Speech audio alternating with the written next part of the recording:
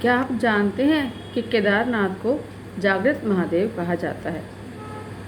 एक कथा आती है, एक बार एक शिव भक्त अपने गांव से केदारनाथ धाम की यात्रा को निकला।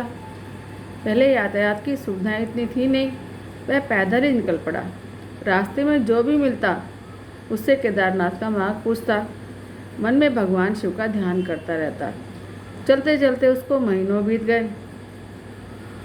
आखिरकार एक दिन वह केदारनाथ धाम पहुंच ही गया। केदारनाथ में मंदिर के द्वार 6 महीने खुलते हैं और 6 महीने बंद रहते हैं। वह उस समय पर पहुंचा जब मंदिर के द्वार बंद हो रहे थे। पंडित जी को उसने बताया कि वह बहुत दूर से महीनों की यात्रा करके आया है। पंडित जी से प्रार्थना करी उसने और कहा कि कृपया करके दरवाजे खोलकर प्रभु के दर्शन करा दीजिए।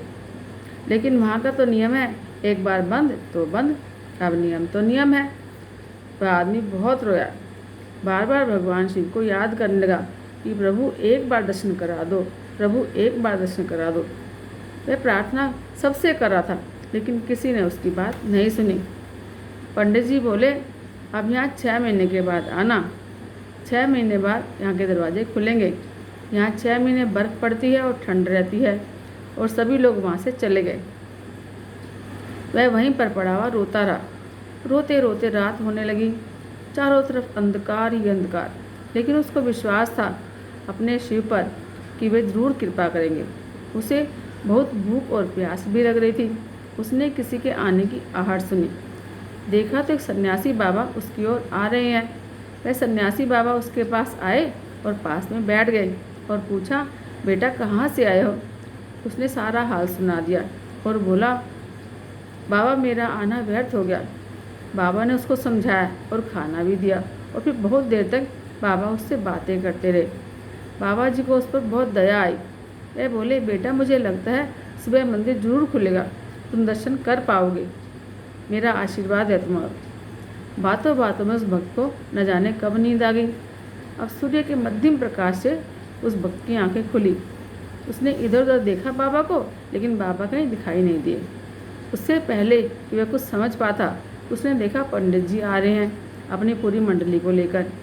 उसने पंडित जी को प्रणाम किया और बोला, कल तो आपने कहा था कि मंदिर 6 महीने बाद खुलेगा और इस बीच में कोई नहीं आएगा, लेकिन आप तो सुबह ही आ गए।